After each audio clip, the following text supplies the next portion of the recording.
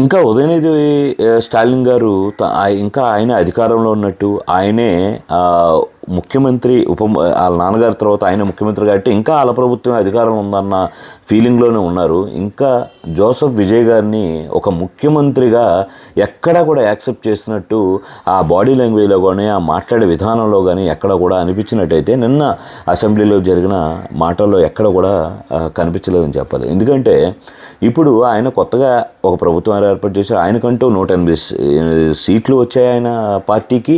అలాగే పక్కనున్న మిత్రపక్షాలను కలుపుకొని ఒక ఏదైతే కూటమిగా ఏర్పడి ఒక ప్రభుత్వాన్ని అయితే ఏర్పాటు చేశాడు. ఆయనకంటూ ఖచ్చితంగా ఒక ఇలా చెయ్యాలి అలా చెయ్యాలి, నేను ఖచ్చితంగా ఇలాంటి టార్గెట్ పెట్టుకొని రాష్ట్రాన్ని ఇంత అభివృద్ధిలో తీసుకెళ్ళాలనే కొన్ని అభిప్రాయాలు అయితే ఆయన పార్టీ పరంగా కానీ ఆయన సిద్ధాంతాల పరంగా ఆయన మేనిఫెస్టో ప్రకారం ఖచ్చితంగా ఆయనకంటూ ఒక విధానం ఉందనేది అందరం అనుకుంటాం. ఆయన కూడా అదే అనుకుంటున్నాడు. ఎందుకంటే ఎవరు కూడా పిచ్చి పనులు చేసి ఇంకోసారి అధికారంలో రాకుండా చేసుకోవాలని ఎవరు అనుకోరు.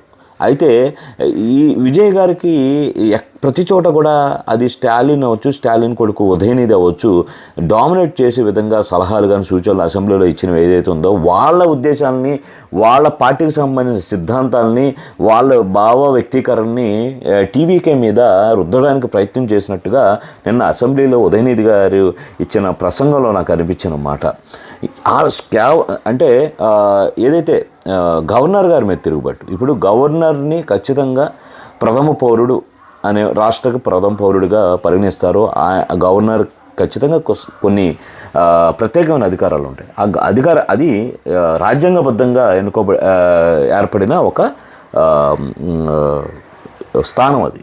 అలాంటి గవర్నర్ స్థానానికి ఎక్కడ కూడా విలువ ఇవ్వకుండా ఇప్పటికి మీకు తెలుసో లేదో తమిళనాడులో అత్యధికంగా ఎక్కువ సార్లు రాష్ట్రపతి పరిపాలన విధించబడింది అనేది ఎంతమంది తెలుసు? ఒకసారి మీరు చరిత్ర కనుక చూడగలిగితే తమిళనాడుకి సంబంధించి పరిపాలనా విధానం ఎక్కువ టర్ములు రాష్ట్రపతి పరిపాలన విధించబడిన రాష్ట్రం తమిళనాడు. ఎందుకని రాష్ట్రపతి పరిపాలన ఏర్పడిందంటే అక్కడున్న ప్రభుత్వాలు నాయకుల మధ్య అనిశ్చితి, ఒక కంట్రోలింగ్ లేకపోవడం. ఇప్పుడు నిన్న ఏఐడిఎంకే మీరు చూడండి, ఏఐడిఎంకేలో కూడా చీలిక.